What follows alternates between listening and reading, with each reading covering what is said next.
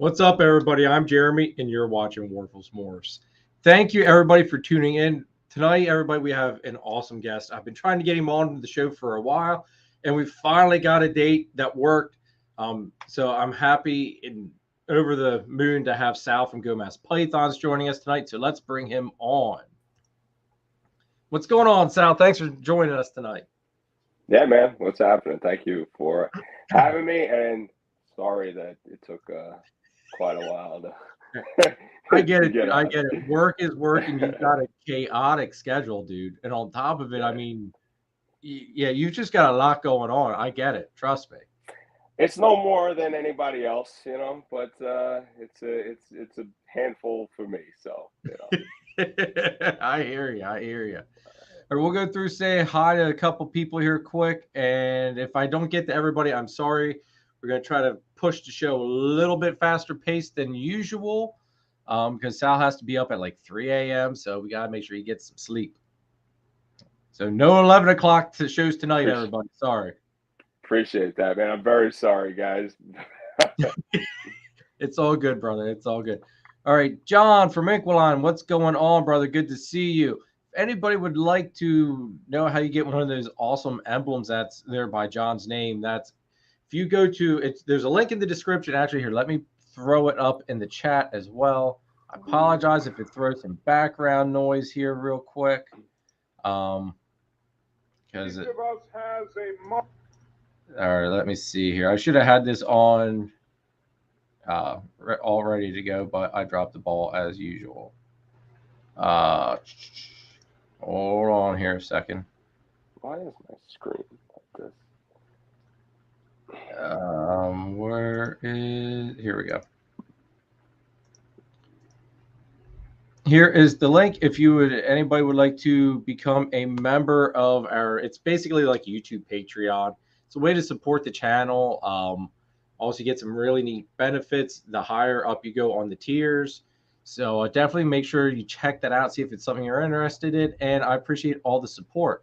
On top of that as well, any super chats, anything like that goes to my ultrasound fund. So I greatly appreciate all that stuff as well, because I'm sure a lot of you know ultrasounds are massively important. So yeah. Kingdom, what's going on? Thanks for tuning in. Skull Serpents, what's going on? Thanks for tuning in. CRM, thanks for tuning in. Appreciate it. My brother Chris, what's going on, dude? Hey, Chris, can I interrupt real quick? Yep, go ahead. Chris, so I have to apologize. You sent me a package, and I have not been to my P.O. box in so many months.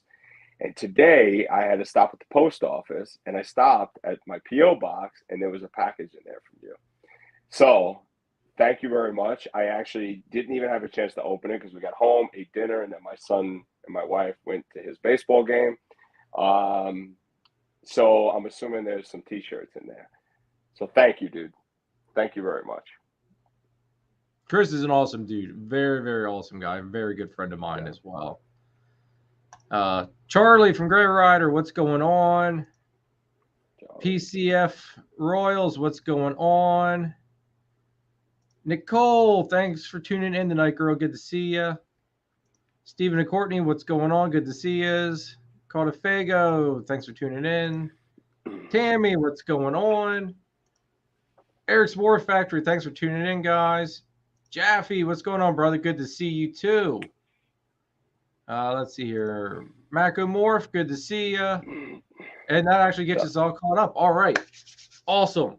So, before we get into hitting Sal up and bugging him with all these questions and getting to know him and all that good stuff, I'm going to take a minute to thank the sponsor of this week's episode, everybody.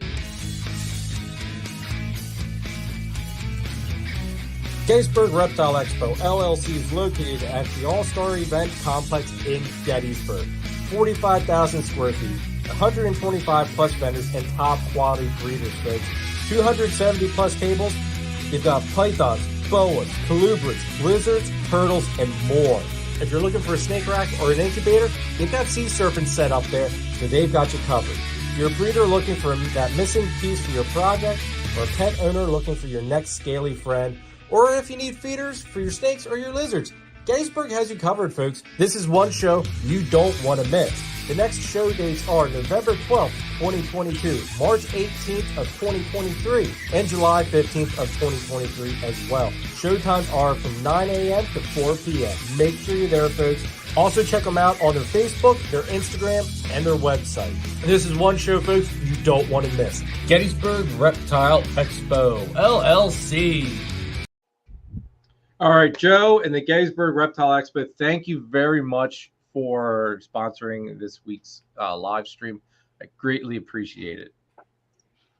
All right, I am going to throw up another link here, and I would like, if anybody is able to, go to this link, and I'll let Sal actually talk about it here.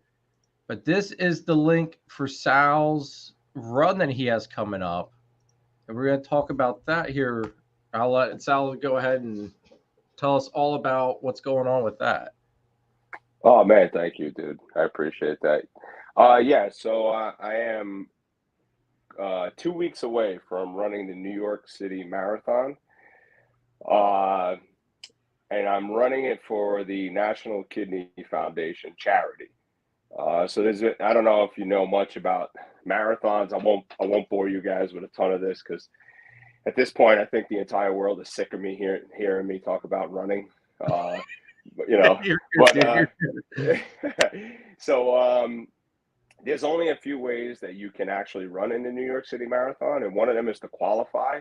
And at some point in my future, I would like to do that. In my age group, I would have to run a marathon of, I think, about 3 hours and 10 minutes.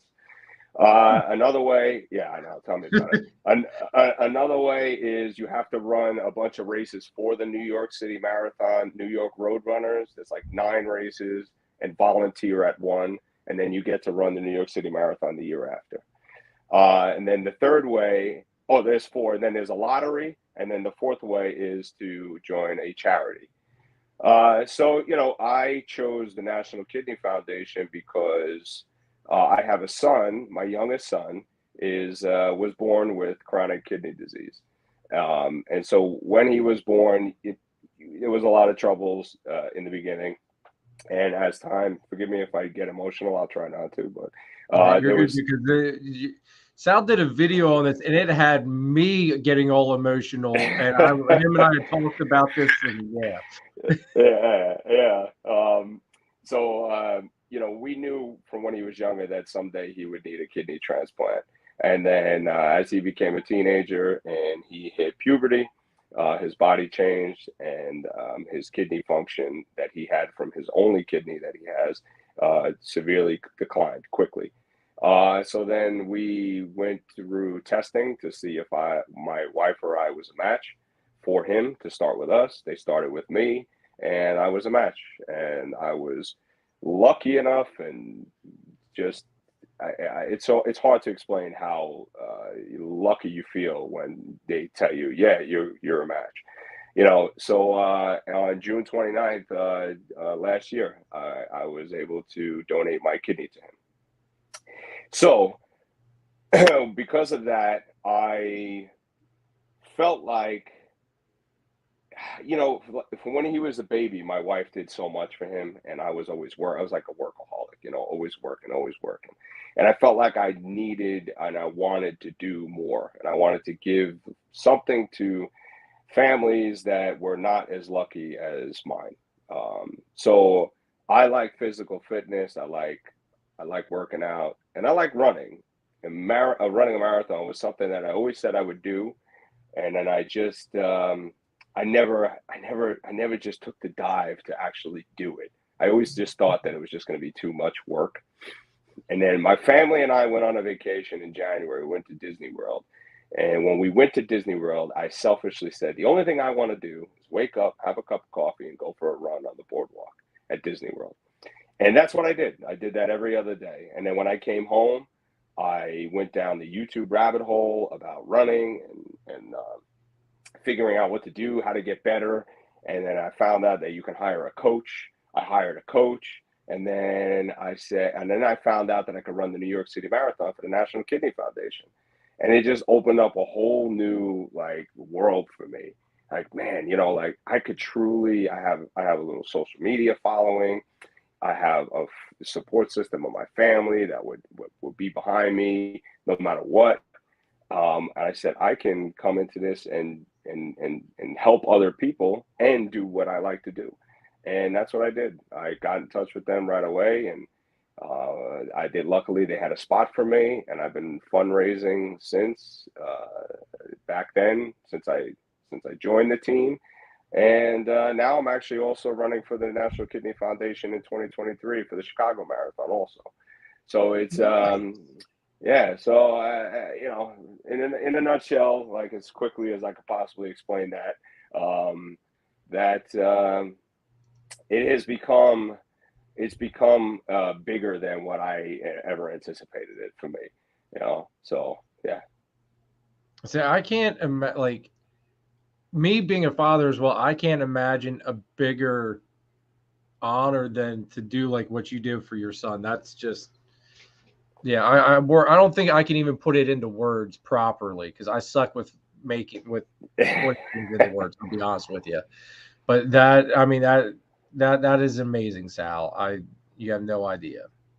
Yeah, I appreciate it, man. I really truly feel that I know how big what happened was. Like, I know what I did was huge, but I just don't. I don't feel like it's my son. You know, it's your son. You of course you're gonna do that. I mean, and if you wouldn't, I don't think you have a soul. And yeah, that's true. So yeah. So it's like, you know, I honestly, truthfully, I don't feel like I did anything great. I feel like I get a lot from family. Oh, you know, it's amazing. You're a hero. No, I'm not. Like, my wife, I consider the hero. She's the one that dragged him to the doctors for 15 years. She's the one who made sure all his medication was on point. She's the one who knew every single thing about everything. I knew a lot, but not a ton. You know, I was always working. So yeah.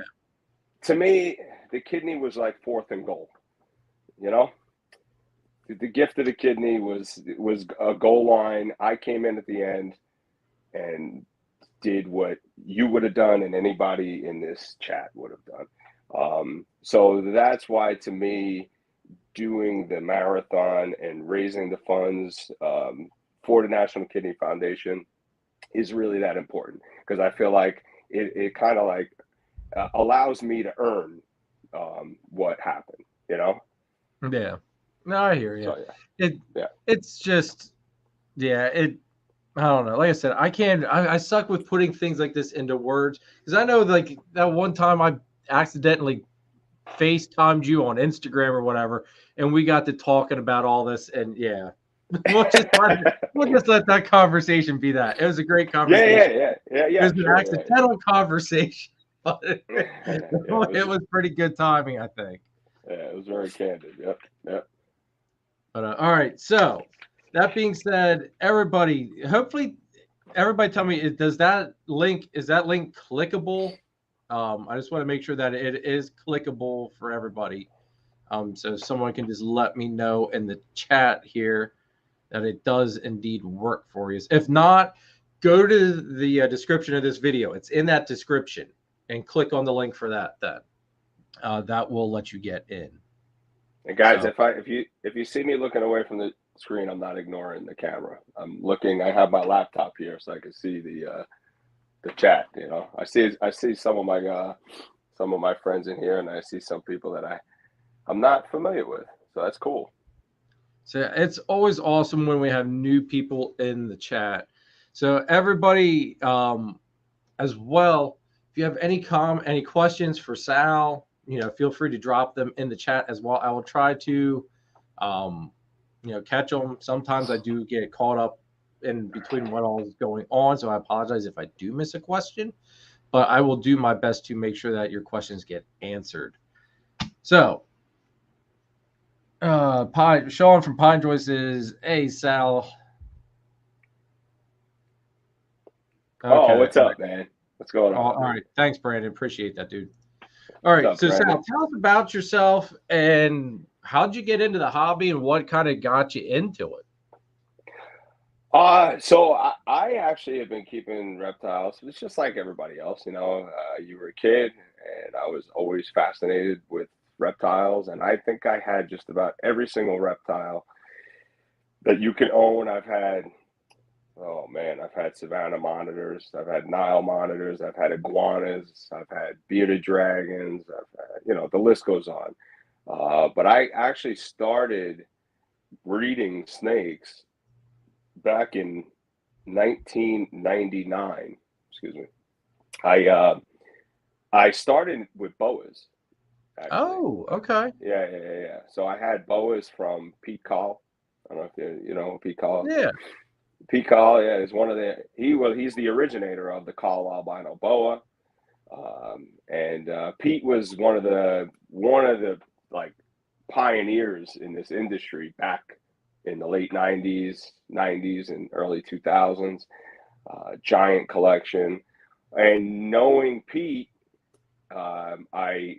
it was like getting the information from the snake god, you know. So I would bother him, and then my friend Kevin Johnson, who I've spoken about in other live streams. We bred boas together back in 1999, 2000, 2001, early 2000s. And then life got in the way, and I kind of got rid of some of my collection, if not all of my collection. And then I was collecting and breeding here and there in those years. And then about, I guess it was 2000, the end of 2018. Somehow these snakes always find their way back into my life, right? And it was like, when you're a reptile lover, that's it. You just have them forever. You always have them. And when I didn't have them, I felt like there was something missing. There was just, I needed to have them in my life. I love everything about breeding and keeping records, and and having this equipment, and like all these little things that go along with it, and producing the snakes. So then I was at a different point in my life, and my life was a little bit more on cruise control than it was back when I was in my 20s, and it was a complete wreck. I think most of us can relate to that, right? Yeah, I can relate to that one. Yep. So then what was nice was my kids were kind of involved in it, which now they really aren't. My oldest is 17. He's a senior in high school. He's going to be going off to college soon. He's like, oh, it's cool. Yeah. I feel like I robbed them of the fascination that I had, because they're here. Because they grew up with them. Like when I was a kid, I had to beg to get my first snake, which was a black racer, like a Florida black racer. Oh, okay. I had to beg and plead for that when I was like 8 or 9 years old. For my mom and dad, and luckily they always let me have the animals. I mean, my whole bedroom was a snake room, and growing up. So here we are today, and I actually, now I just breed ball pythons though. I had blood pythons for a little while, and then I realized that was really distracting from what I wanted to do with the ball pythons. Oh, okay. So I moved those out. I didn't really want to, but I knew what the right move was to make. So I moved those out. Now we strictly have ball pythons, with the exception of a corn snake that we got with back in 10 years ago, and we still have her. Now, with the bloods, you were working with the Borneos, weren't you? Or were I you didn't have working with Borneos. multiple different? No, I had red blood pythons. Oh, okay. Why did I think you had Borneos? No, I never had Borneos. I love Borneos. I love all the short tail pythons. I love Borneos, Sumatrans, Brangas. I love all of them. they're so you get the big snake like feel in a compact snake. You get that big reticulated python, Burmese python feel, but in a short fat snake, in about a 6 foot package. Max 6 foot package. 6 foot weigh 40 pounds or whatever. I mean, this thing was massive. I see the one I had years and years ago. God, I think I was like I was about 20. Yeah, I was 20, 21, in that neighborhood. But it was a female. She was 6 foot long, 26 pounds. And that was a snake. Oh, yeah. And you do not want to get bit by that either. I mean, the head on that thing was just, you need 4 or 5 adult ball python heads, even more, maybe 6 to match the size, I remember feeding jumbo rats. Yeah. And I'd throw them out, I always held on to the leg. And I should have learned from the first time to not do what not to do, maybe hold on to the tail instead. I'd hold on to the leg with a pair of feeding tongs. And every time she'd hit that freaking thing that hard, and I'd be left with like a foot. Yeah. Yeah. Or the sheath of the tail. Yep. You hold it sometimes. Yeah. They're cool snakes, man. What made me love those was 2 things: Dave and Tracy Barker. Because Tracy Barker, I used to love to see this little woman pick up this giant Borneo, just this big giant snake, and it used to just amaze me when I would see that. And then my buddy had a reptile shop, who was some of my good friends today. All my good friends that I've had through reptiles, growing up. He had 2 blood pythons, Mickey and Mallory, and I always loved them. I always said, I got to get it. I have to have those. Then I got them, and now I don't have them anymore. Something tells me you'll probably end up with another one at some point. They'll find its way back to you. Yeah. I think in the future, when I no longer live in this house, after my kids graduate high school, my wife and I plan to sell this house and move. And if I have a bigger space to do this in, then they probably will find their way back. See, I know, like for me, I'm planning on like knocking this wall here down and expanding the snake room to where it'd be half of the basement instead of just a quarter of it. Because I'm working with the carpets and the ball pythons. But once I do that, I plan on getting 1 pair of, probably gonna go with the Sumatrans. I don't know, something about the chromed head Sumatrans that just drove me nuts. Chrome, even the orange. I like them both. Yeah, that's cool. So I'd like to have another one of those. I might get another green tree in the future, and maybe have like 1 green tree pairing, something like that, because I used to have a green tree way back. So I don't know. I always went after the snakes that had the bad reputation for being nippy suckers. And they weren't big. They were always like, the blood was a puppy dog. My son to this day, he would have been, I'm surprised he even remembers her. In all honesty, he was that young. And he to this day still talks about that snake, on how she was just so big but so like gentle. Mm-hmm. And it's amazing to me he remembers that snake from that long ago. He had to be like maybe 3. So I mean, he was young. Yeah, made an impact on him, I guess. I guess. I mean, I know I'd love to have another one. It's just I had to get rid of I did have to get rid of everything because Mom got tired of opening up the freezer out in the garage and seeing just the pack full of dead rats. Yeah. She could handle it up to a certain extent, but then after a certain point, she's like, "No, that's it. You're done." Yeah. I used to have the same problem. Yeah. Yep. I know. Well, it's like the blood pythons back when I was, in the beginning, when it was they were starting to keep them. People used to keep them too hot, too moist. They do like a humid climate, but not a wet, just sopping wet. And they don't actually like it as warm as we thought they did 20 years ago. They do not like it super hot. And I think a lot of the reason why they were that angry was because we were just keeping them wrong. I agree with you on that one because I did find out too, like you said, that they like to be a little bit more on the chiller Yeah, side. yeah. I used to keep mine at like 80, 85, mid 80s on the hotspot, and never had a respiratory problem. Never had any issues with them. Always Yep. digest. Always did really well. Yeah, now that we're talking about them, I think you're probably right.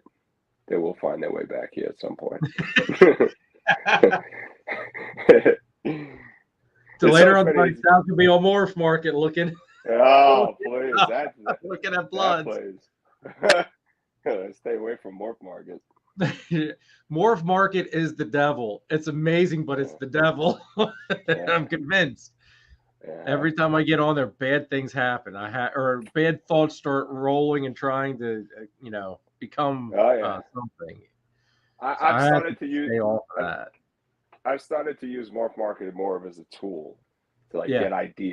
get ideas about what I want to breed and and the future and things like that, rather than go shopping, because you could shop until you're broke. You Yeah. go and every 10 minutes or whatever, half hour, and somebody else. Oh, I could really use that animal. Yeah, I know. You always use an animal. You can't buy them all. No, God, that's true. If I bought everything I saw, I'd be broke. Yeah, go ahead, sorry. I was gonna say John Daig would be a very rich man, but Oh yeah. He's the king.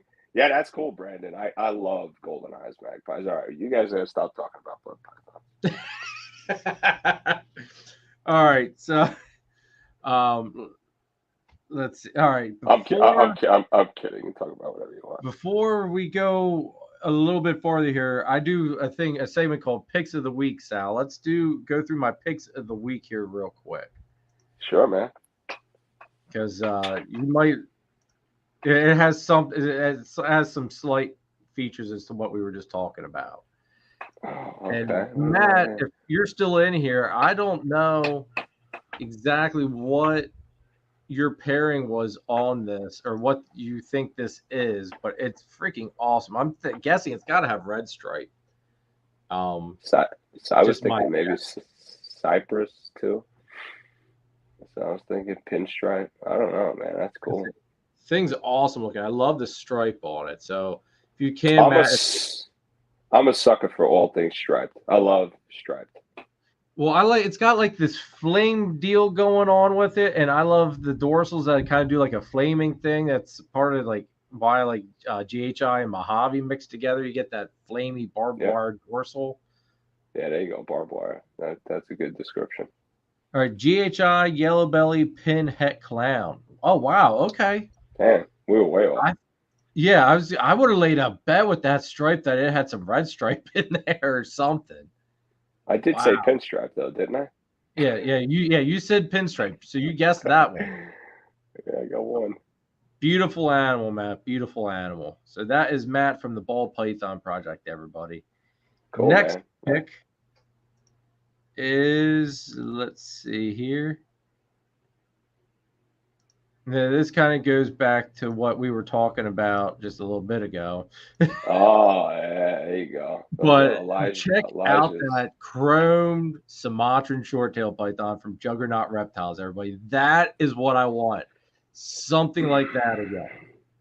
He's got some of the best blood pythons. I don't know Elijah. He was a local guy to me. I think he lives in Pennsylvania now, but okay, so he's local for me then, depending where he's at. Yeah, I don't know. I thought I remember somewhere near the Poconos. Only because he posted on his social media. But man, he's got some of the best blood pythons. Really cool stuff.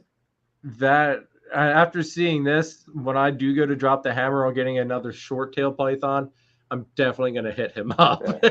That's for darn sure. But that thing's just stunning.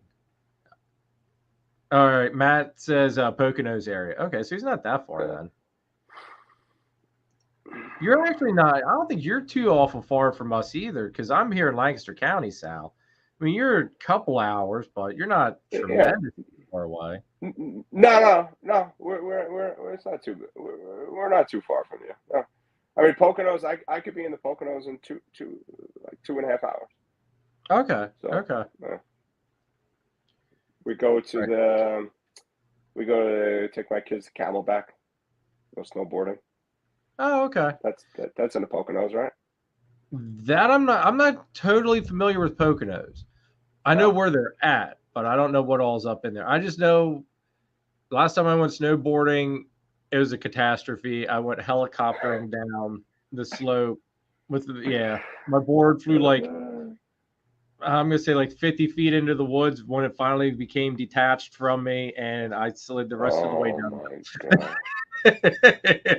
That is exactly why I don't do it.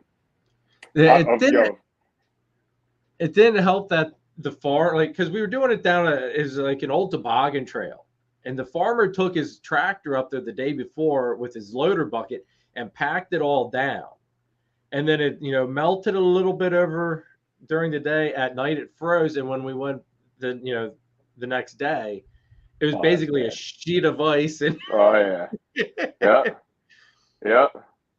Yes, Charlie said yes. Camelback is in the Poconos. Thank you, Charlie. Yep. I took my son snowboarding, and my youngest son that had the kidney transplant. Yeah. He lasted. I have it on video, and we laugh about it now, but it really is not funny at all. But it's the first time he ever put his feet in a snowboard, and he said I was going to be invited to a spring gathering. He will probably be working. Very funny. No. So that part of my life, I have been at work a lot less over the last year and a half. So I have been taking my time has been more dedicated to being home and being present and running. So yes, I'm going to try to make some of these shows because I get crap because I don't go to shows or whatever, but also too, my work schedule is Sunday to Thursday. So like Sunday is my Monday. Yeah. So all these shows happen on Sundays, and it's like I have only so many vacation days that I could take off, Now I know I'll be sending you an invite when we do last year we had a big 4th of July party thing here. We had a whole bunch of breeders come. Eric from Drop Time Reptiles even came. I'd like to meet Eric. Yeah, I'd like to meet. So I never met him. He came here. A whole bunch of the Eastern PA breeders came. So I'm going to be doing that again. So I'll send you an invite and everything, Sal, for that. And if you can make it, that'd be awesome. There's even some people, some breeders from other states this show coming. I think Adam from Proper Royals, which is in Florida, might be coming. I know Jeff and Angie from Celtic Balls is coming. I think they're in, Missouri. I want to say Missouri. Wow. Yeah. They're driving from Missouri to here for the barbecue for the weekend. Oh, yeah. So right. Cool, man. Well, I appreciate it. I will do my best. Oh, so what I was saying was so my son lasted about 45 seconds on the snowboard, and in the similar situation with you with the ice, he fell and he he had a helmet and goggles on, and he hit his face on the ground, and he fractured his orbital bone in his eye. Oh, He goes, I want nothing to do with this snowboard ever again in my life. That's it. Never again.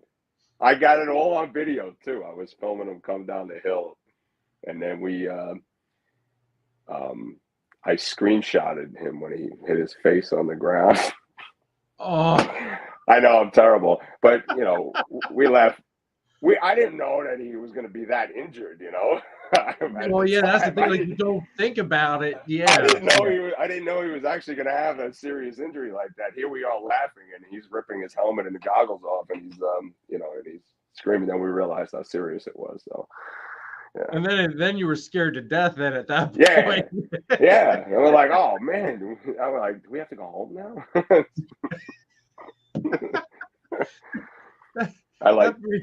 That reminds me of a story. We were at a friend's house. We were supposed to be going out mini golfing with them. And I left it was me and my son in my Trans Am that I had.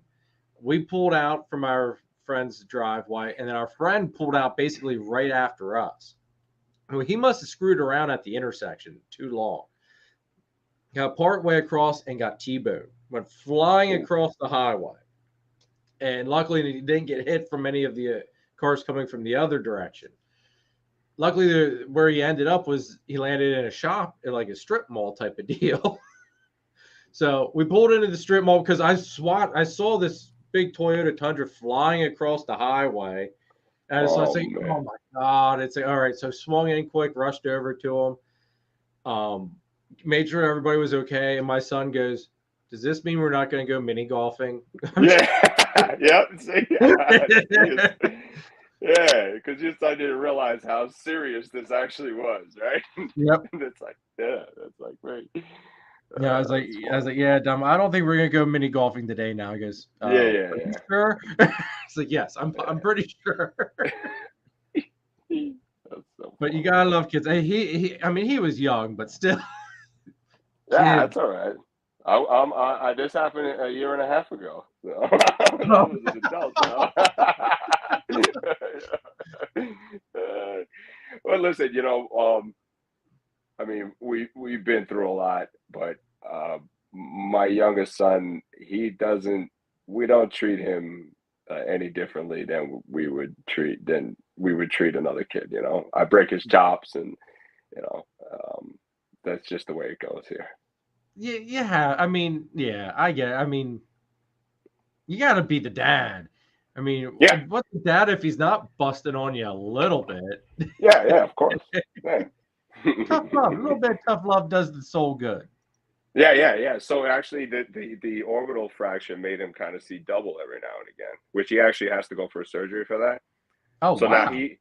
Now so he plays baseball, and God, he plays outfield. So we're all like, just make sure you catch the right ball, Make sure you catch the right one. So the wrong one doesn't hit you square in the face, And you might. Oh God, can you? All right, I hope this doesn't happen. Well, if that would happen, and he had the same thing happen to the other eye, and then he'd be doing, and he'd have like four of them. Yeah, that would be. Oh my God. So how is that like a major surgery, or is that just something kind of like a simple thing? It's not major, but it ain't simple. It's a common procedure that they do. It's you're going underneath anesthesia, and wake up a little bit sore a couple hours later. Yep. Exactly. Yeah. Mm-hmm. All right. Got a couple more picks here to go through, and then we'll get back. I'm sorry. I interrupted that. I'm sorry. No, you're good, Sal. You're good. This is what this is why I love lives. Like you get off. Yeah. They go. What I love about hanging out. It goes with the flow. I love it, dude. I love it. All right, cool. Next pick is this stunning snake, and this is from Ball Brilliance. It's a Fire Orange Dream Batman. That thing's awesome looking. I really, really like that. I love the Batman project. Hopefully, in the next couple of years, I'm working towards making an Exantic Batman. Oh, yeah. Okay. Very cool. That's my. I work with TSK. Okay. So that's why I said if John Daig would be really like a really rich man because I figured you were. Yeah. No, I love the TSK line stuff. Cool. Which will actually hold on here. That's your next picture. Yep, the next picture is a TSK Exantic Clown. You guessed it, Sal. Yeah. It is a TSK Exantic Clown. It's a leopard TSK Exantic Clown, though. Yeah. So I love that thing's very, very awesome. I love that snake. Now, we're going to even top this one, folks. We are going to top this one. This is the very last pick of the week, and it has number one. It has the number one spot. I normally don't like giving them numbers, but this one's number one. There's Wow. no two ways about this one. Oh, And this yeah. is from John Digg, and I don't even know what that is because he didn't even post what it is. Yeah. But I'm guessing it's got to have Yes, he a did. spider in it. Is my guess. He said he's pretty sure it's an alien. Yep. Which I'm okay. Yeah, I'm okay with calling that an alien, but that thing is freaking awesome. I don't, like I said, I don't know what the pairing is. I mean, even with what's in the background there, it doesn't really help you ID the clutch at all. I was just looking at that too. I wonder if it has Desert Ghost in it too. I wonder. Maybe not. I don't know. I don't know. Cool. Because there was a couple days later, he posted another picture and it had this one and another one, which is what I'm thinking is the one that's above his pointer finger that's still in the egg. I'm thinking one is this, or it's the one right below his pinky. One of those two eggs is the one that looked almost identical to this one, but the thing's freaking awesome looking. Yeah, it's pretty awesome. I love my Exantic stuff. I always say Exantic everything. That's cool. Yeah. Exantic spider probably answered as well. Yeah, I was thinking it could be spider too. Which it sucks so bad that spider is the way it is because I think that it's Exantic cloud stuff. I'd like to use it. Make super chocolate Exantic cloud. Oh yeah, Brandon, that sounds cool. Super chocolate Exantic cloud. That would be neat. Yeah.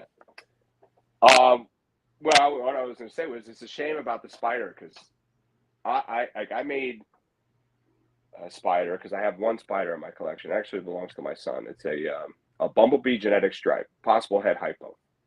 Oh, and okay. I wasn't sure what to breed it with this year, and I kind of like the Candy Project, and so I decided to make some triple heads with it, and I made some leopard, spider, head candy, head genetic stripe, and then they're possible head pied, possible head hypo. But nice. Yeah, I mean it's pretty cool. But you know what? The leopard spider that I produced out of the clutch, I'm like, this snake is so awesome. Yep. It just sucks that it's spider, and it sucks that spider gets the rap that it does. Yeah, I'm right there with you, dude. I'm right there with you on that one. There's a few different morphs that are not great morphs, that don't like super cinnamons, super black pastels, they kink, spot noses, super spot noses have issues, Yeah, you got super spot noses have a really nasty wobble, like and really nasty. Like I made some chocolate spot nose stuff, and I have a chocolate spot nose head clown. And when I open up the tub, sometimes it has like a little weirdness to it, I think I don't know. I think sometimes spot nose has that too. I know. I mean, I've heard spot nose having. I know it's really amplified with the super spot nose. The champagnes are really are known for doing the same thing that the spiders do. But the thing is, like you said, spider just gets this bad rap. All the spiders I've produced most of mine. I've got 1, 2, 3, 4, 5, 6, 7, 8, 9. I have 9 or 10, and none of them exhibit any form of like issue at all. They'll all stretch out. They don't corkscrew, do any of that goofy crap that everybody gives them a whole bunch of crap about. They act like normal snakes, and it's just like I don't get it. My genetic stripe spider actually does. It has a wonky head pattern. It corkscrews every now and again, but it is. I've had it since it's a hatchling, right? And it is, it eats all the time just fine. It bred just fine. It's other than the the weird head tilt, which we all knew spiders have from day one, from way back when they were $20,000, from Nerd. But they were okay back then to work with. Yeah, I know. I mean, I don't understand it. I know that it is definitely a problem, and maybe there is an argument to be made that we shouldn't continue to perpetuate the problem. But I don't know. I mean, I think they're awesome. I kind of like them. So I don't know. One of my main things I'm hoping to hit this year, because I produced a bumblebee double head exantic clown, and I have him paired to a pastel double head exantic clown that I produced, and they were locked up for like 3 days straight. Like it's cool. like every time I pulled up in the tub, they were locked up. It's like, dude, like, you can't give her a little bit of a rest. Like, all right, dude, you get it done. You get that there, and make me some awesome babies. Hell man. They breed fine. He's never missed a meal. Yeah. Like I don't know. I don't see an issue with them. I know there are some that do have the issues, but yeah. I think it's just anything. Watch what you're working with. Yeah, I know. I mean, like I said, I have the one, and it does corkscrew from time to time, and but the babies so far, they're fine. But I don't know. Who knows? I mean, they say that even years down, it could show itself. The corkscrewing shows itself. But whatever. That's a topic that's been beat to death. So it is, but it's a topic that not a lot of people hit. And I enjoy it whenever it does come up in these things, because it's always, I don't know, always like hitting that nice little point that they're not all bad. They're not all bad. No. And they are, but they're not all bad, but they are all cool. So I will say that. I will say they are all cool.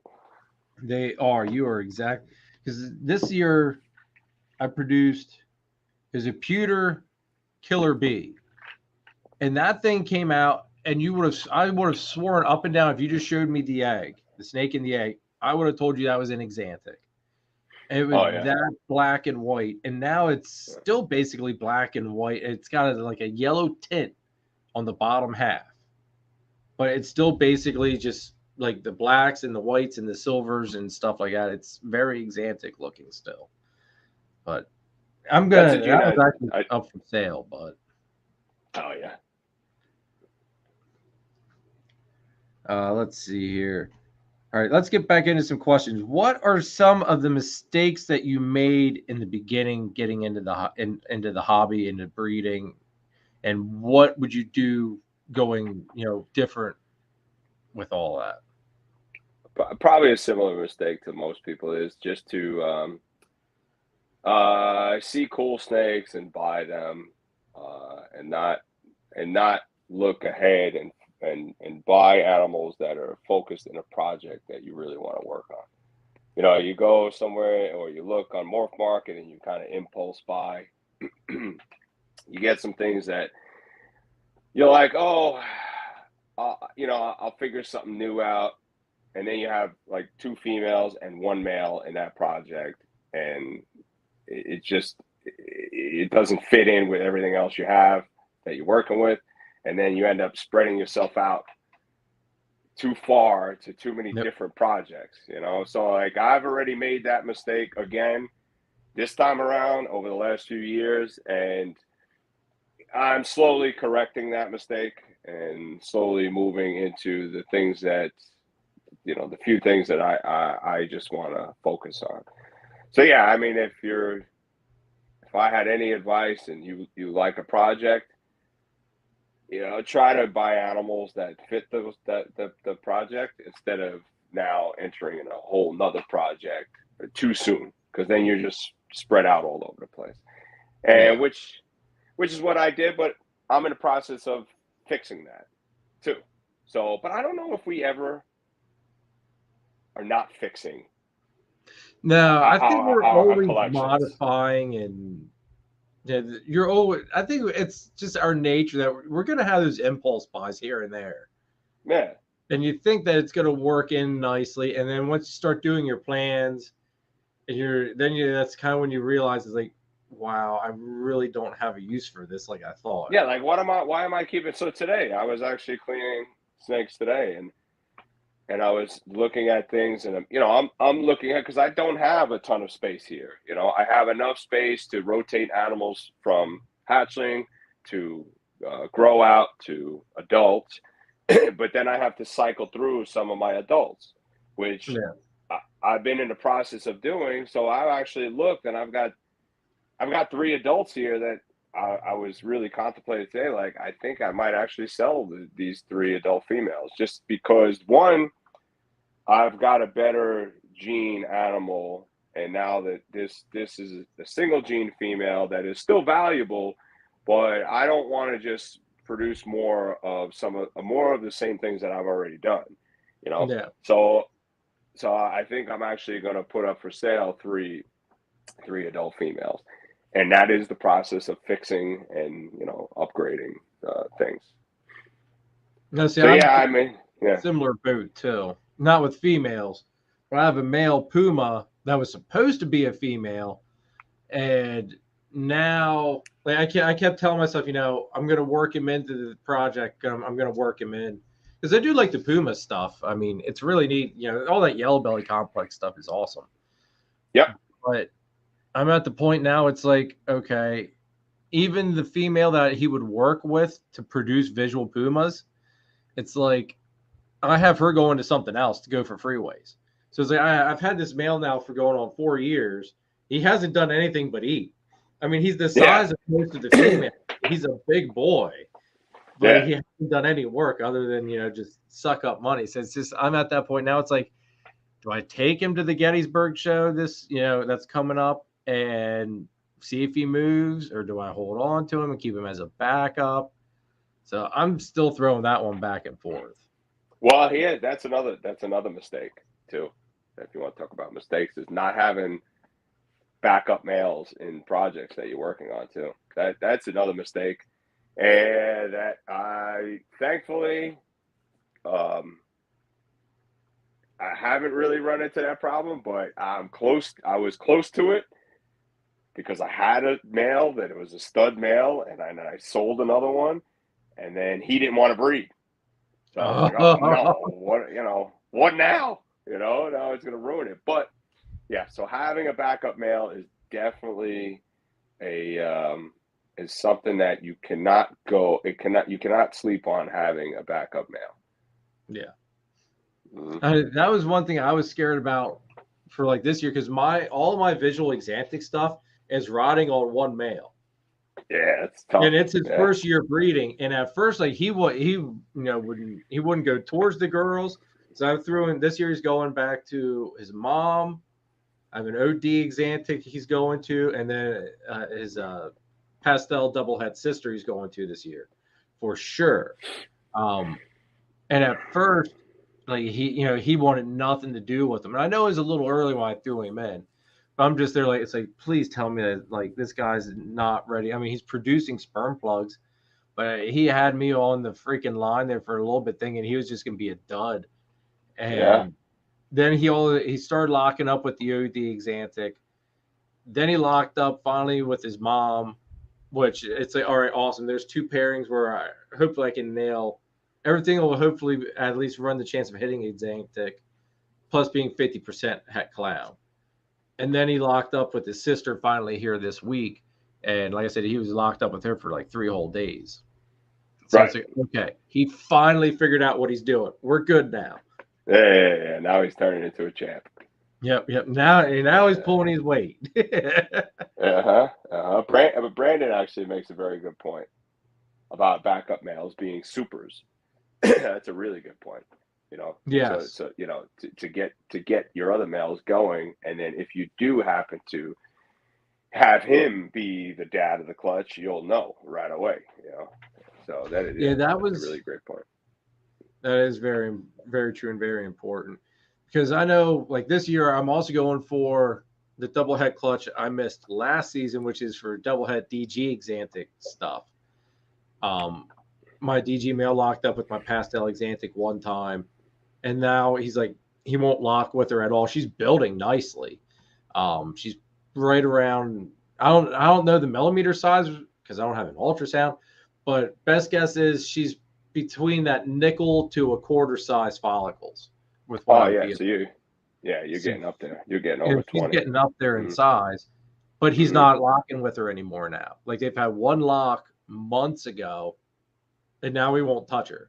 So I'm now contemplating, it's like maybe I'm going to throw that Bumblebee double head in there with her, just as a precautionary. Once that way she keeps building. Because part of me is afraid that if the male isn't showing her interest, she's just going to say, the hell with this crap, I'm done. She can reabsorb, yeah.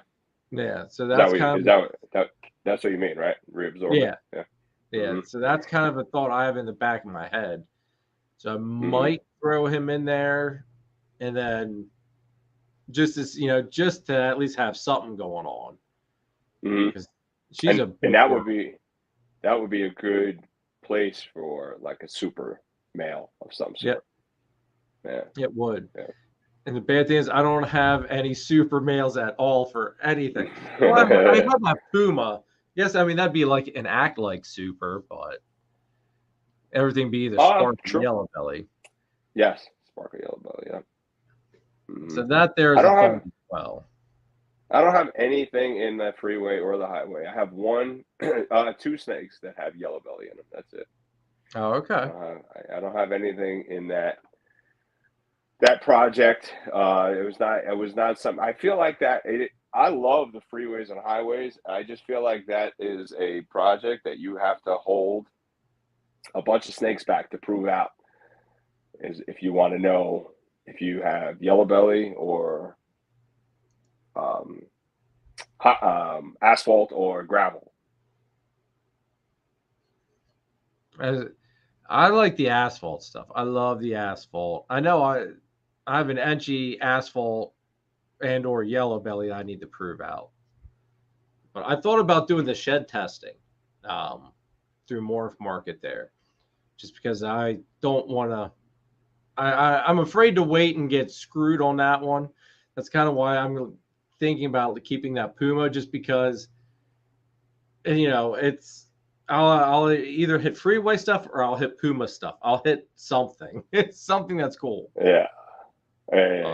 Sorry, alerting surface. Yes, Jeremy normally starts at 8, but he was gracious enough to start at 7 because I get up really super early for work and to run. So yeah, I actually wake up tomorrow morning I'll probably, since Sunday mornings are an easy commute, there's nobody on the road when I go to work on a Sunday morning. I'm the only one. So I can leave 55 minutes before I have to be at work. So I can walk out my door at 4:55 and still make it to work before 6.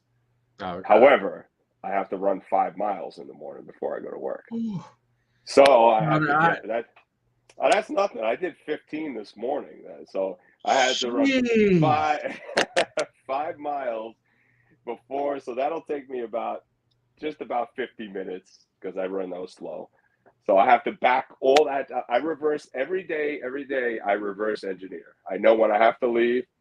Then I know how long the run's going to take me. Then I know how long it takes for me to prepare for the run and then get up. So I got to go in reverse all the way to the time my alarm clock goes up, Dude, if I ran like that, I would be dead for work. There would be no work that goes on. I would be sleeping. Yeah, dude, it's crazy how everyone says that and everyone thinks that. And it is true. If you did that, if you were just doing nothing and then one day you decided to do that, you would be completely wrecked for a couple of days.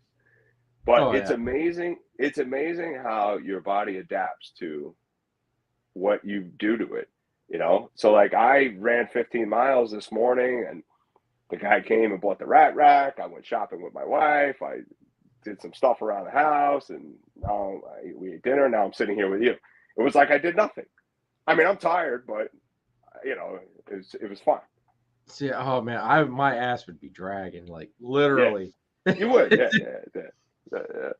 But then I'm a chubby fella here, so I do need to get my butt into shape. I keep telling myself every year I always get laid off in the wintertime. I always tell myself I'm gonna do something. This year is the year, right? Yep, and it never happens. I always find something else to, oh, I'm gonna go work on this or I'm gonna go do that, and it just never happens. Yeah. Yes, John. Yes, John picked up the rack. Yep. I was reading. I'm looking at the comments. Yeah, Mako. All right, so what? Where am I at here on my list? All right, so what projects are you working on, Sal? I know you're known as the Candy Man. That damn Brian did that. Yeah, so I do have a bunch of stuff in the Candy Project, and I started when I started collecting snakes and reptiles. I like albino. I like all things albino. I know albino is not the most sought after gene out there. It's kind of like forgotten about at times, and Candy is a form of albino. Candy and albino are allelic, so they create a Candino. Yeah. Right. I'm not sure. Yep, you know that, right? So I do have Candy, which in my opinion, is a nicer form of albino. I like the lavender color. I like how it changes from when it's hatches to when it's an adult. So a lot of that, I do have a lot of this coming year. Hopefully, I'm shooting to produce a visual Enchi Candy Clown. Oh, yeah, so that should be pretty cool. I got really lucky this year. So I had a pastel clown that was 50% possible head candy. And I bred her to a leopard candy, 50% het pied. And she proved out. She proved out to be het candy. So I think did you post that egg cutting up for that? Yeah. For the clutch reveal of it, because I think I remember seeing that. I remember watching that video. Yes, I did. Yep. Yep, I did. I forget the videos that I make. It's like, yeah.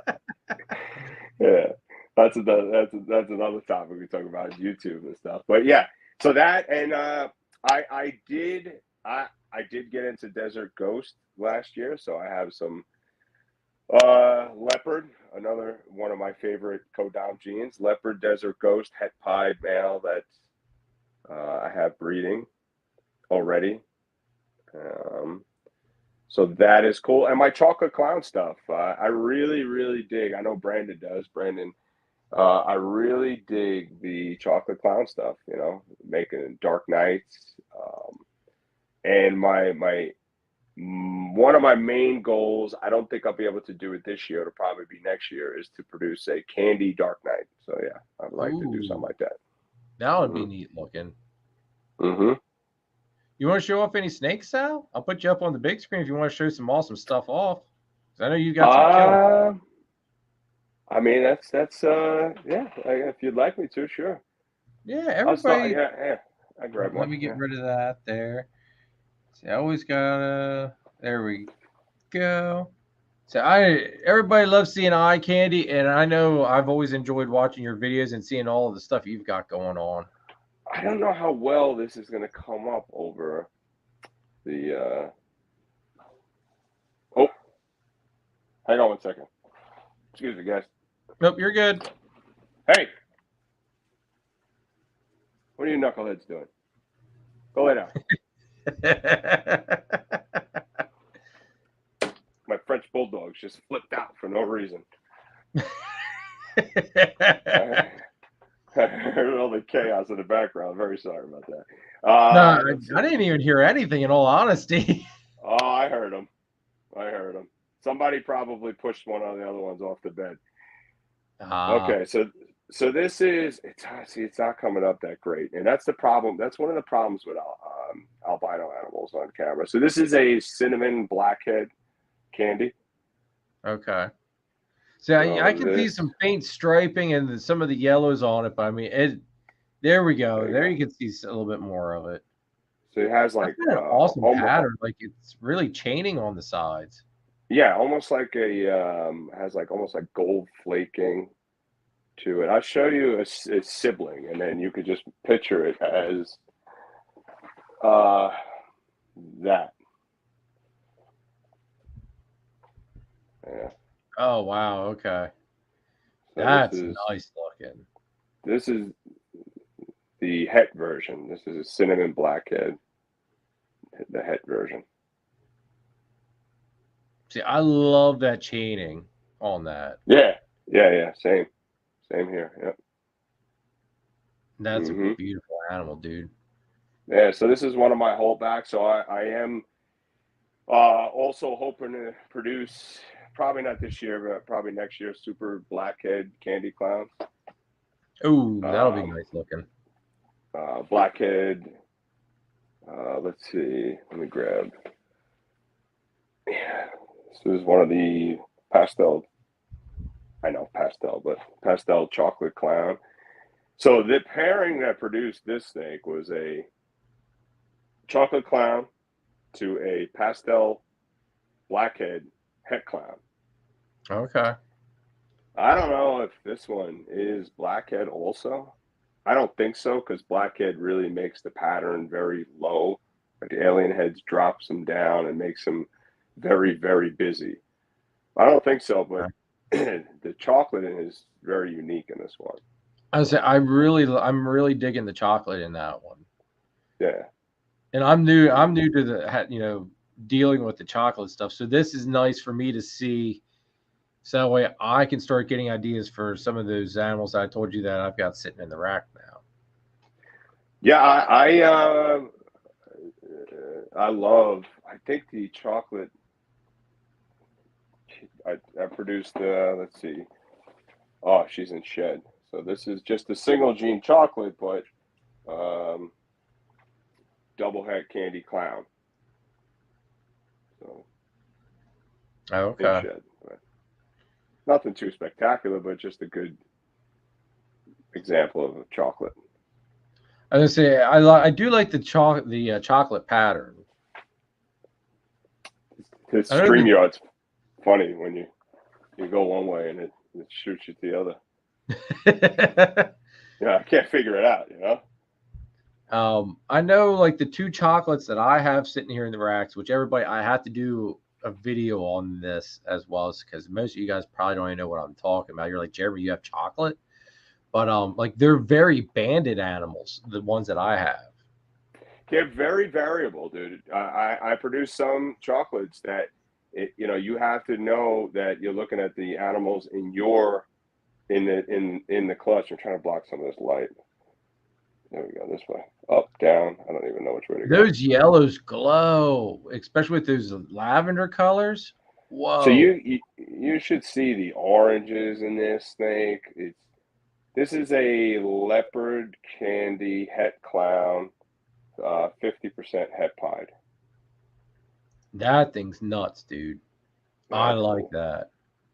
Yeah, thanks, man. Let's see, what else do we have? I'll show you this guy. This is the guy who I didn't really fully appreciate Desert Ghost until I actually had one in my collection, you know. Leopard Desert Ghost het pied. That's nice. There you go. There's a good shot. Look at the head on him. Dude. It's cool. DGs have just such an awesome freaking head. Yeah, that's the only one I got. The only visual. But then I have this girl. This is an OD leopard again. Leopard OD. She looks pied, but she's not pied. Look at that. She's just leopard OD. Leopard OD double het DG pied. Oh, okay. I was gonna say, wow, I threw a ringer like that and there's no het pied to it. I was gonna say, yeah. Oh, yeah. You're right, Sean. Yeah, our GHI, my hobby hypers do have chocolate in them. But I've got another thing of chocolate sitting here growing up. I gotta eventually release a video on for you guys. Sweet. Damn, these Like- snakes rolling shed. I went through a spell here the other week where like everything was like in shed. Like I went to go do videos and I couldn't do anything or take pictures because everybody was in shed. Yeah. He's in shed too. This is my pastel Enchi candy pod. This is the male. I know I keep saying this, but it's when you like even it's hard to even photograph albino stuff like this because it just doesn't come over how beautiful it is. I had a friend come here. So like a lot of people that come here in person, and then I show them the snakes. Now, I hope that I just won't smoke up my ass, but whatever, maybe not. But they're all like, "Wow, I never realized how beautiful these animals are," And then I said, because it's very hard to capture the colors in them.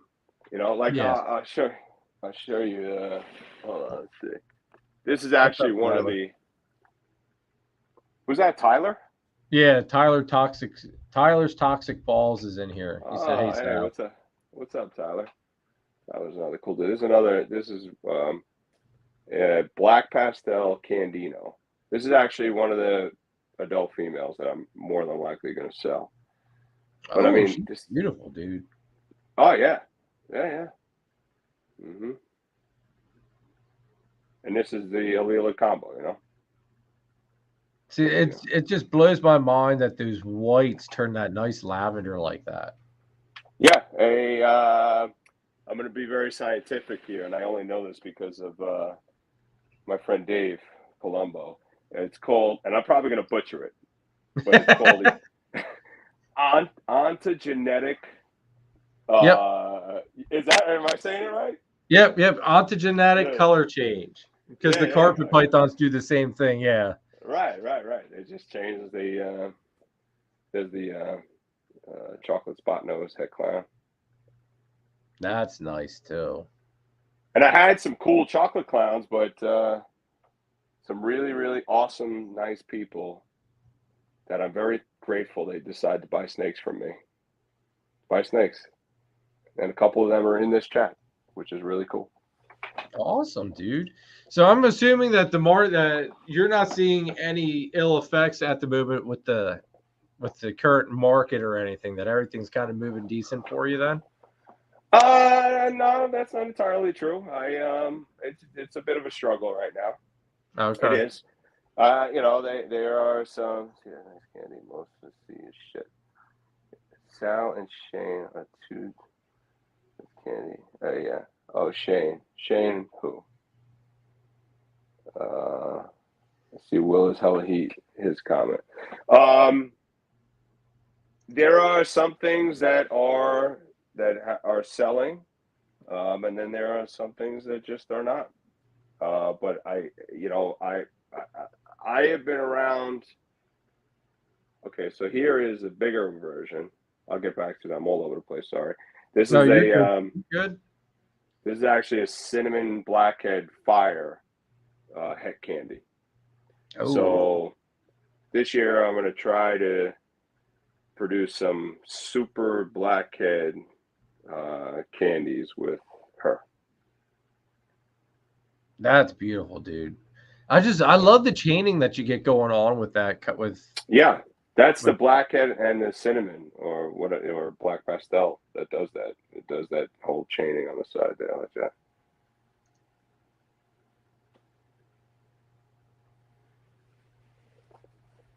Will said he meant to say that Sal and Shane have the nicest that he knows of. Yeah. I appreciate that. I really do. Because I mean, I don't. There are guys that work that project like Ozzy and Mark Mandick, and those guys are big time breeders, and they have really, really great stuff. I'm just little old me. Come on, Sal. You got killer stuff, dude. You really do. with what you were saying though about the taking pictures and stuff and video and the snake's not turning out right on camera. That is my struggle every day with Xanthic stuff. I love the show. Xanthic. Yeah, that's another one. Because it's almost like it turns out brown looking. Yeah, it's almost like the phone doesn't know what to do with that light color, you know? Because I don't have, you know, any high-tech camera gear, so I don't, you know, I have a really good camera. I don't know how to use it. I don't know how to take good pictures with it, right? So I've just resorted to my iPhone, and then I do the best that I can with that. And for the candy stuff, Xanthic stuff, just the same. It's like the iPhone, that white balance or whatever in the phone, it just doesn't know what to do with that light color, and it never shows up the way it's supposed to. You're right. And maybe there's a way that we can play with that too. I don't know. I'll have to do some testing with it. But I love the Xanthic stuff, but it just looks brown every time. So like, no, this thing is not brown. There's not a brown spot on this. Yeah, I know, because I've seen some really great my buddy Kevin Johnson, he breeds TSK Xanthic stuff, and I've seen some really great examples of Xanthic pieds. And then you see some pictures and they're like brown, and they're not brown. Yeah, they're silver. They're really, really awesome. Mm-hmm. Yeah, they're just, I don't know. I love Xanthic stuff. That's my true passion in all of this. It's just Xanthic. Yeah, that's good, man. It's really good. First of all, it's a really great gene. It's, you know, it's also desired by the market. It's in demand in the market, and that's awesome. So when you breed these snakes, you got to breed what you like, right? So like I breed. I have most of my collection is candy, and I'm trying to make something that's really cool. I like candy, but it's not the most desirable gene on the market, right? See, I would think candy would sell pretty decent. I mean, what you're showing me, dude, I mean, I'm not much of an albino person, but your candy stuff makes me want to have candy in the collection. Like, well, that's cool. I mean, that's cool that that's happening. And, I sell my stuff, I do. Right now, I think it's a struggle across the board. And that's one of the things that's what we were talking about was, I think it's a struggle unless you have like the most cutting edge snakes out there, that it can be a struggle because there is multiple of some things on morph market, and a lot of things don't seem to be selling as quickly as they were a year or two ago. But what I was going to say was, like, I've been around this industry. Not so much a part of it, but I've been around it for a very long time. And I've seen these highs and lows of the ball python market come.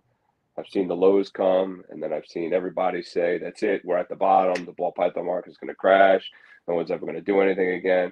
And then, as time goes by, things happen, and then it goes up again. Yeah. So I don't think that, I think right now, because I had been talking to my buddy Nathan about this a couple weeks ago. Everybody had that COVID money, you know what I mean? Yeah. I mean, so the hobby just went through the roof, prices went up, and I think now we're seeing like the reset of it. All that money's gone now. It's not burning a hole in everybody's pocket. Everybody's a little bit more cautious because of the price of everything else going up. So I think the market's kind of resetting and coming back to normal is how I think it's going anyway. Yeah. I mean, I could agree with that. Sure. I mean, when we're coming into the winter right now, and I'm about to fill up my oil tank and pay, almost $6 a gallon for home heating oil. So it makes me glad. I burn wood, so I got home from work tonight. I was outside splitting wood, and then I came down and did all the little the stories and stuff for the live tonight. But like I do, I don't spend the money for the heating oil like that, but I spend a crap load of time splitting wood, cutting the freaking trees up. Yeah. Yeah. I'm laughing at you, but I'm also laughing at Richie's comment. The price for prostitutes is through the roof too. God, Chad. Oh, Chad. Good to see you in the hey, chat there, man. Chad. I'm sure that they got to make money too. Chad, since you all of a sudden decided to chime in here, what's up with you taking pieds out into the woods for the birds? I'm kind of, worried about you, dude. I mean, that's normal for Danny to do something like that, but for you, dude, come on now. You're right, Chris. Wood stoves do rock. That's kind of like my wood stove is my fail safe. Like if for whatever reason the power goes out here, I don't have to worry about the snakes getting cold or temps diving down too deep. I'll just open up the door here at the snake room because about 10, 15 feet away from the door here in the snake room is the wood stove. So all that heat will just come in here, and it's like my fail safe for keeping the snakes warm during the winter time. Yeah, that's really good to have. Now you probably have an endless supply of wood right there in your backyard, right? Actually, no, I don't. My dad does though. I go and I get a tree from him normally like once a year. I cut down a neighbor's tree. Now we had to put a sand mound in last year. So I had to cut down 2 trees for that. So I got the wood from that. I cut a tree down for the neighbor, got the wood from that. And I just got my mom had a tree cut down, and I spent all the time, cutting that up and splitting that. That's when I just finally wrapped that up. It's probably like, oh God, I've been chipping away at it for probably like 3 months now, just splitting and cutting, and yeah, I'm thankful it's done. It's I've got like 3 years worth of wood now. Oh, that's great. Yeah, that's awesome. I should be good. Yeah, that beats $6 a gallon for home heating oil. I think it's somewhere like around $5.30 or $5.40. I don't even need it yet, but I'm gonna buy it anyway because it's like do it before the price goes up even more, though. Yeah, I know. That's one of the things I'm gonna have to do. Yeah. So I do think that back to that all that stuff contributes to everything, and I'm sure that a lot of industries are feeling the same way we are, but we don't know that because this is the one we're in. Yep. No, I agree with you on that one. What genes do you think are a must-have in people's collections? Oh, well, I mean, I guess if you go with the current market, it's got to be Desert Ghost, right? I mean, if that's the animal that everybody wants right now. I think so. Here, I'll take this in a different direction. I think that obviously I'm going to leave the candy gene out of it because you know what I like and you know what I have, right? But I think a super undervalued gene that I've actually just acquired my first 2 animals that I got this year, just last week, is hypo. Okay. Right. I do think that it's one of the oldest genes, and it's very inexpensive, which I don't understand why, because Desert Ghost is stuff. Yeah, a Desert Ghost is combined with hypo. Clown is always combined with hypo. Pied is always combined with hypo. I mean, you have so many great genes that everybody wants, and then you get a hypo is like $50, $75 for a visual hypo. Yeah, see? Yeah, I picked up 2 hypo-pied females. I got a OD Enchi hypopod and a OD yellow belly hypopod. So I picked up 2 females for just some future projects, for my Desert Ghost, maybe for other stuff. I don't know. I just figured they were good quality animals. Oh, that's a snake that I want to show you right here. I'll show you this one. This is one that everybody loves, right? And this is hypo, right? That's nice. Go. There's a stripe in it. So this is a hypo blackhead Mojave ringer gene, and it's also 66% het G-stripe. See, that's nice. See, I saw the Mojave in it right away, but I knew it wasn't just a plain Mojave hypo. I knew there had to be something else with it, but that's beautiful, dude. And this is a snake that it's like, you know, people don't realize. I guess maybe they just don't realize, or maybe everyone doesn't want to admit to it because hypo is such an old gene. But this snake has gotten better and better as it's gotten older, not worse. It looks better now than it did when it was a hatchling. And this snake actually came from this guy here, Status Quo Reptiles. It's funny that I'm showing you this shirt and I'm wearing this snake and I'm wearing his shirt. So yeah, that's I mean, beautiful. this is an awesome animal and it's hypo.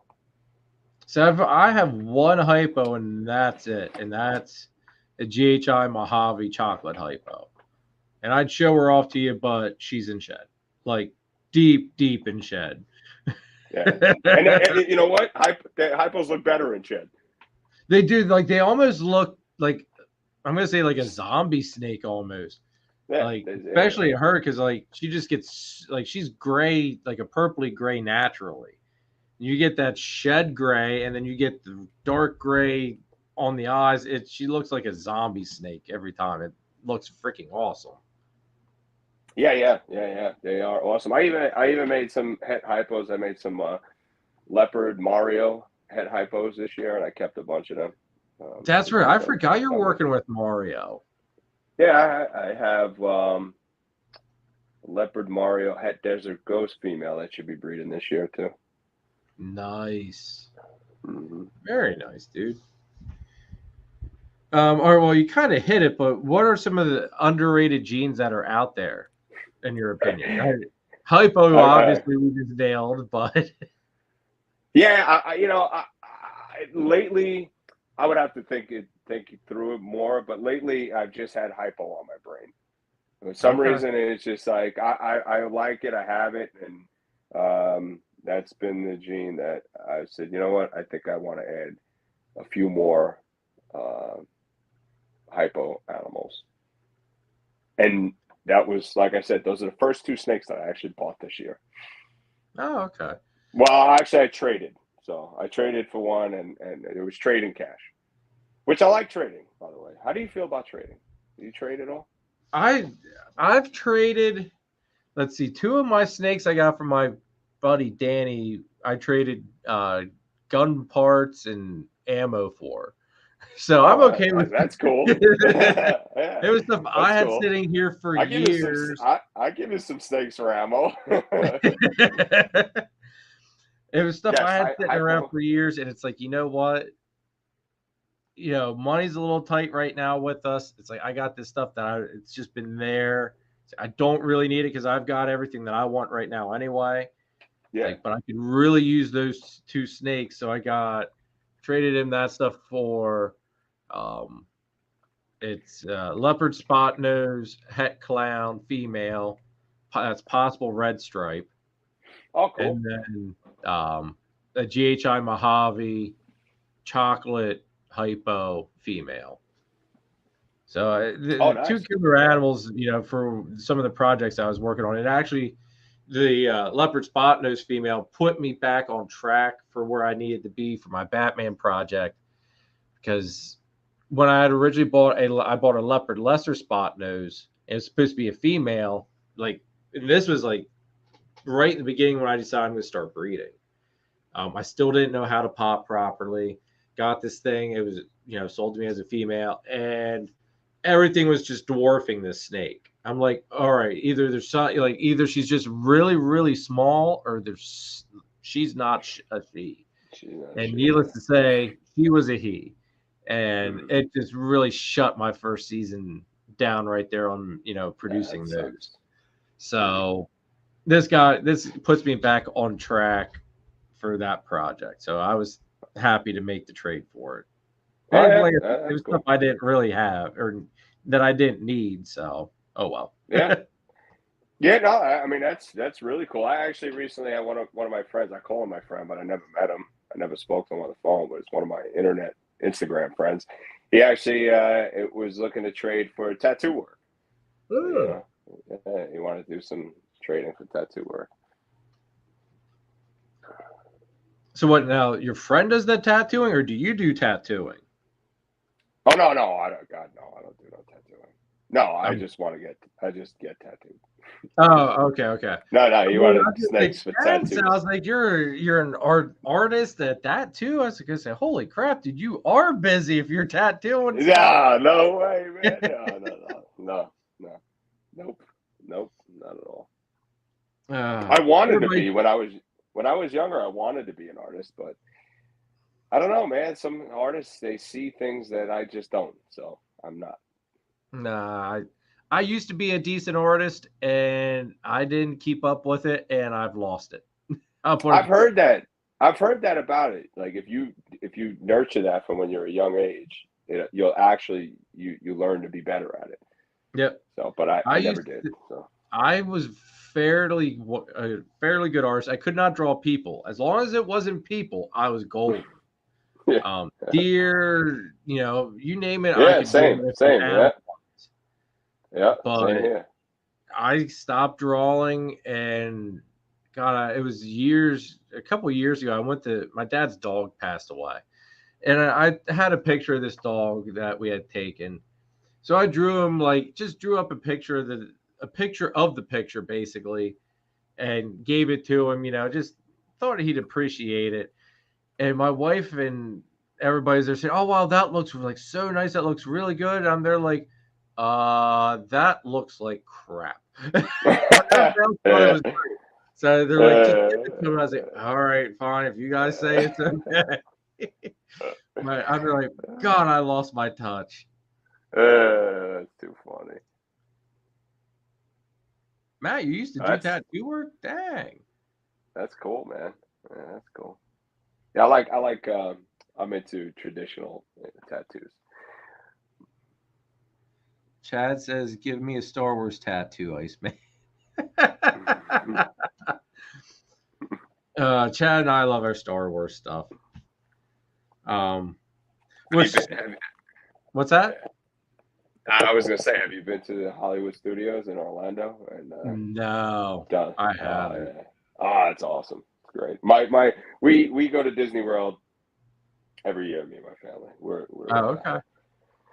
I wouldn't call us like Disney nerds because we don't get involved in all like wearing the same T-shirts and the same hats and all that dumb stuff. We don't do that, but we like going. We have a Disney Vacation Club, so we go every year. Oh, actually, nice. I like it so much that in January that'll be my second marathon I run. I'm running the Disney World Marathon on January 8th of 23. Oh, cool. See, that's something I'd love to go to see. I told my wife, because she wants to take our daughter down at some point. I told her, it's like, if we go, it's like, you've got to give me at least a day in Star Wars land. Like, oh yeah, cut me loose for a day. Just let me be a complete nerdy child, and if you guys want to tag along, fine. If not, I'll catch up with you later on in the day for supper. Yeah. But I'm just a big Star Wars nerd on that. It's kind of like I love hunting, and that's one thing that everybody that we have, that Sal and I have in common. We actually got to talking about it, and we actually shoot the same brand of bow. Like, it was kind of cool how it all came across. Yep. But it was it was really neat and fun to talk with you on that even too, Sal. Oh yeah, I mean, I've been hunting my whole life, from when I was 16 years old, and then I've been taking my boys over the last. I haven't killed a deer in 4 years maybe, because I've been mentoring my sons, so they've been doing all the killing, and then my oldest son, now this is his first year that he's able to hunt on his own, so that's been cool. He's got his Jeep. And he packs up his Jeep and he goes out, because we live in Suffolk County, Long Island, has some really great whitetail hunting. Oh, okay. I mean, we're 20 minutes away from great hunting. Not sure if this bores anybody or not, but this is I love it, man. We have taken them pheasant hunting. I've gone, and pheasant hunting is some of the most fun hunting I've ever done, by the way. Have you ever done that? No. Dude, you should try it. It's so much fun. You get to talk. Not like when you're deer hunting, everything's quiet. You got to sit there still for hours upon hours. With pheasant hunting, you walk, you talk, you got dogs. It's great. No, like I get it. All right, I went pheasant hunting once, but there's not many pheasants around here anymore for us. So, it's kind of a shocker if you actually see something. You're more or less just taking your gun for a walk, basically. Yeah. Okay. Yeah, right. So I guess, no point in doing that. Yeah, I mean, now, as long as you like rabbits and stuff, that's fun going rabbit hunting. I love rabbits. Yeah, Rabbits like just top-notch food there. But I do enjoy sitting up in the tree stand as long as it's not too windy. Just sitting up there, it's peaceful, it's quiet. Watching everything, doing all the, just acting natural because it's not, they don't even realize you're there. Even there's sometimes like, you're just sit up there and just watch the deer. Like you don't have to always go out with the mentality that you're going to take something. Like it's fun just to watch the animals interact and do their thing. Sometimes it's almost harder to not shoot them. Yeah, you're sitting there and you're going, you know what? I made the decision that I'm going to let this guy go. I'm going to let this guy walk. I could shoot him at any moment, and I'm going to make this decision right now. And then you just watch what they do, and it is super cool to watch them just not know you're there and just wander around. And so I've had deer lay down right underneath my tree stand, No, that would be cool. Oh yeah, and then get spooked by a noise that came from somewhere else that had nothing to do with me. I'm right above it, I had one deer, and I did take her.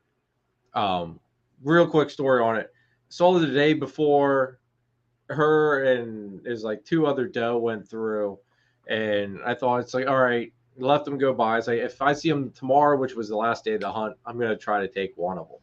Well, that same set of three came back through the next day, and I got up, I got ready, and she was walking by. I was waiting for her to get her head behind a tree so I could draw on her, and she stops right before the tree and just stares at me.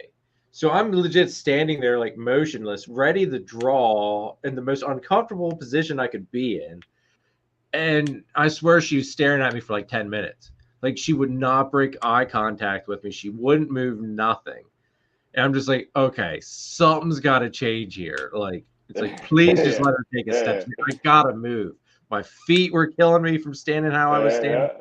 And finally she got the head behind the tree and the rest was history. But it was like a stare off. It's like, come on, this isn't fun anymore. Right. It's like, you start hurting that you weren't sure were going to hurt. Yep. And then you get right. And then sometimes you have to do that when you're at full draw, and you're like, oh god, that would have. I can't stay here like this forever. Yeah, that would have sucked at full draw. I wouldn't have been able to hold that for 10 minutes. No way. But anyway, back to snakes, everybody. Back to snakes. Yeah, I'm sorry. No, you're good. Like I said, that's the great thing about Lodge. You go off on small tangents. It's fun stuff. I love it. All right. Well, we kind of see. This is another great thing with doing on how we go off on the tangents. It knocks out other stuff I actually had on the list. All right. So it's actually like we knocked off a whole bunch of stuff. So what do you have for tips for people wanting to breed, just getting into it? Some advice, some tips for them, any of that good stuff. Well, I would say to find a mentor, somebody that has successfully bred snakes. The internet is great. YouTube is great for tips and tricks about doing things a certain way, but from years of doing it, I also have found that the internet is filled with a lot of like misinformation too, obviously, right? Yeah. So I think having a mentor is pretty valuable. Someone who you can lean on if something that you are experiencing is going wrong. You can actually physically call that person and talk to them, and have them walk you through it. Whether it's somebody who was you bought snakes from and you became friends, whatever it may be, it's good to have like an actual person to lean on. For mistakes that you make and things like that. So yeah, I would say having a mentor is good, and sifting through information is hard, man, because how many people do you talk to, right? When you go, oh, I do this way, and they go, oh, don't do that, do it this way, you shouldn't do that this way. Well, I go, well, wait a minute, is it working for you? Well, yeah, it's working for me. It's the only way you do it. Well, my way is working for me. So then your way can't be the only way to do it if both of our ways are working, right? So there's a lot of different ways to do this. Breed these snakes. Everybody has different methods. I mean, there are certain things that obviously you can't keep the snakes cold. They have to be heated. There are certain things that are obvious, but sift through what's good information and what's bad information. Yeah. No, I totally agree. That's solid advice there. Who was your mentor, actually, since you brought that up? Well, I would say it's probably somebody that you don't know, but it would be my good friend, Kevin Johnson. So like Kevin Johnson was the original one that bought boa constrictors back in, I think it was like 1997, which is the year I graduated high school, for God's sake, so long ago now. I learned a lot from him, and he learned a lot from Pete Call, right? Okay. So a lot of what I learned came like through from Pete Call to me, and and Kevin and I learned a lot together, and we had Pete to lean on for advice when he wasn't completely inebriated and wrecking his body, but we had Pete to lean on for advice. Okay. That is a true story, though, by the way. What's that? What'd you say there, Sal? Am I breaking up? Yeah, you broke up there a little bit. Oh, I don't remember. What was the last thing you heard? Well, it's all good. Never mind. We're good. We're good. Oh, yeah, never mind. All right. The last thing I have for you, if anybody else in the chat has any questions for Sal, throw them in here quick, Morby. Basically, we're gonna wrap it up here so that way Sal can get to bed. Because we're approaching approaching that 2-hour mark. Sal needs to wake up early. So if you guys have any questions, drop them there in the chat, please. What some recommendations as far as like equipment, certain genes to invest into, stuff like that for? I mean, I don't know the genes to invest into. I mean, I don't know. Yeah, obviously the popular genes are clown, desert ghost. I don't think you can go wrong with any one of those genes. But if you don't like them, then I mean, just buy what you like. Buy what you like. I do see. Learn to read your animals. Yeah, that is very important, and I know you were mentioning ultrasound before, and ultrasounds are great. Like I got ultrasound this year, and it's been really great, but learning to read your animals is definitely key to being successful. Yes, you see what your snakes do, and then but that only comes with time too. You got to have these animals for a while. Yeah, you've got to get the years with them pairing to learn their routines and all that stuff. Yeah. And it's like, the internet can only teach you so much, but time will teach you more, so just keep going at it. I mean, you get bad years and just keep doing it. I think Ozzy was the one who said it best. He was the only way to fail in this business is just to stop breeding altogether, right? So Yeah. just kind of like keep going. That sounds like something Ozzy would say. I mean, in reality, I mean, as long as you have the determination to keep going, I don't see on how you can fail. Like you're gonna have highs and low points like anybody else. You just gotta learn to push through. Don't be afraid to like think outside the box too, you know. Yeah. Kingdom prolapse and Kingdom had asked, how far ahead do you play in your pairings? Probably like, I don't know, man. You know, it really depends. It really depends. I guess I'm probably like 2 years ahead, you know, right now, maybe 2 years ahead. And then sometimes that changes too. You know, like I have something in mind that I want to do. Like I got these hypopytes. And I have something in mind for them, but I got 2.5 years to grow them up, you know. So I guess that would make about 2 years, maybe 2 to 3 years ahead of yes, Chad, be consistent. Yes, consistency is the if you want to know any secrets about anything, it's just be consistent, right? Yes. It is absolutely true. And I've learned that through, I know I'm going to bring it up again, and I apologize, through running. The only way to do it well is just be consistent. Sometimes it's good, sometimes it's bad, sometimes it's great, sometimes it really sucks. But if you keep doing it, you get better. I say, you don't need to apologize for that, brother. You don't need to apologize for that. Actually, since you brought that up again, let me put everybody, if you haven't already, check this link out. It's for Sal's run, his fundraiser for his run for the National Kidney Foundation. If you're able to donate anything towards that, I'm sure it's all greatly appreciated. And the link is also in the description and below too. Yeah, and obviously I know asking people for money is always difficult, especially in a time like this. You know, the economy's tough, things are so expensive.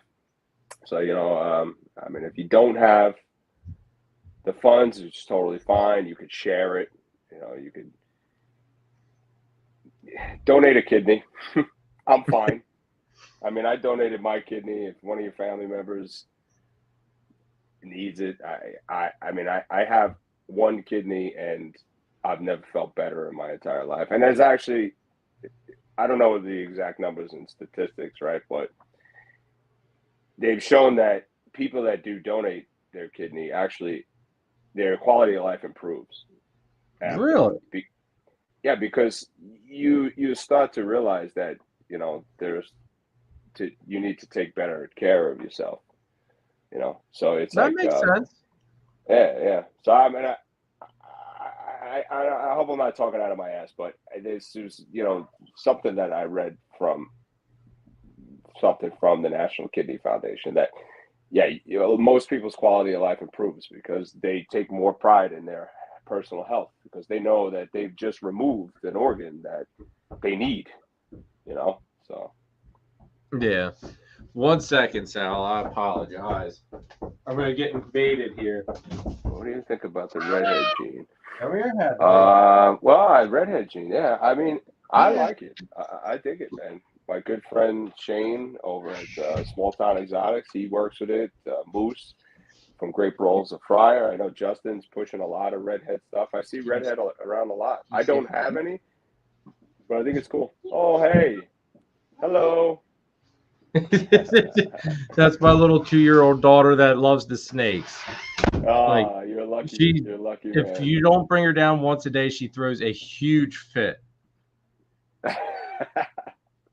All right. Sean says the link is broke. All right. So just go into the description, everybody, for this video, and the link is there. Yeah, I don't know why I broke it up into 2 parts. I guess maybe it's so long, possibly. I don't know. It shouldn't be. It's really a short link. I don't know why it's I see the link there, yeah. On here. Maybe I'll do it this way once. Yeah, the link is Do it this broke. way. It's all right, man. I mean, you could find it in my.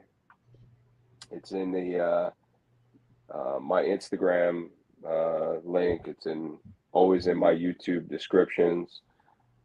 Which I haven't made a YouTube video in many weeks, and I've gotten some messages from people asking me what happened to me. Where'd you go? Did you leave the industry? No, I did not. I'm just extremely focused on this marathon. So I said, I know it's always, I always enjoyed the videos, but then at the same token, I knew you were really pushing on all your training and stuff. So it's kind of like, all right, he's not making videos just because of, all that. And normally about that time I start thinking about it, you drop a video. Yeah. Almost every time. It's rather amusing. Yeah. That is pretty funny. Yeah. So I've been, running 50 miles a week is a beast, My wife just came down now. She goes, "Are you doing a live?" Nah, we're just hanging out, talking. We're actually gonna be wrapping up, hon. Just give me a minute. Okay. Hi, Hadley. All right, everybody. So we're gonna let Sal get to bed. We're hitting almost at that 2-hour mark. What's up, Glenn? Thanks for tuning in. Sorry, dude, you're a little bit late for this one. Go back and watch the replay on it, brother. I appreciate it. But Sal, hang on here 1 second, after we wrap this up. But I do want to say thank you so much, dude, for coming on tonight. It was a pleasure and honor to have you on, because I've been looking forward to hanging out with you for quite some time now. Oh man, it's my pleasure. Thank you. I hope I did you justice, your audience some justice, and your show. So I appreciate you even inviting me, man. Dude. Oh yes, yeah. Yes, I do. Yes. I have no idea who that is. So. Yes. David Goggins is a retired Navy SEAL who is an absolute machine. Oh, okay. Yes, I know who he is. Yes, Chad. So this is training stuff then. He's just a complete savage, that guy, David Goggins. David Goggins. Yeah, you just look him up. you just look him up, and the first video you watch of him, you'll know what he's about.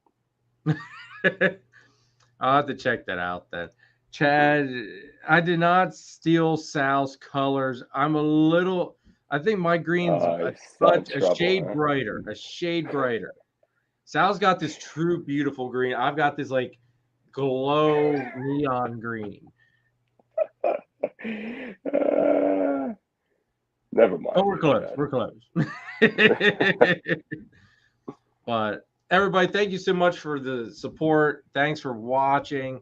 As before, please hit the subscribe button if you're not subscribed already. Definitely check out Sal's channel as well. Subscribe to his channel. He's got killer stuff, killer pairings. The videos are awesome. Your wife helps you out with a lot of them, doesn't she? She helps me with 95% of them, yeah. Okay. Mm-hmm. Yeah. So husband-wife team on the filming. It's great. I love it. Just go check all of his information. Everybody's in the description. Just go check out everything. Give Sal the subs and the follows that he deserves, because he's got a lot of awesome content out there. And as I said before, that link for his fundraiser is in the description as well. And if you would like to become a member on our YouTube Patreon membership thing, the link is in the description as well for that. You get to have some really neat perks depending on which tier you go with. So definitely check that out. That's going to be it for tonight, though, everybody. Sal, like I said, stay on 1 second. And this week's video, I don't know what this week's video is going to be on, folks. I'm going to be honest with you. I have to go through and see what I have sitting in the vault. I know I just finally got my Hamburg pickup out from the last Hamburg show, and everybody thought it was from the Hamburg show that was just last weekend. It just happened to fall that way, everybody. I wasn't even at this past Hamburg show, sadly. But so I'll have to see what this week's video is on. Like I said, I'm not entirely sure. But next week, where's my guest list? Next week, I have Chris from Balls Deep Reptiles joining us. So that's going to be a hilarious show, I'm sure, because we will have Danny, I'm sure, in the audience causing all sorts of havoc and doing what Danny does best. So if at the very least, everybody just come to watch the chat. The chat will be a complete show in itself, I'm sure. But that's gonna be it for tonight, everybody. Thanks for tuning in. We'll catch you later.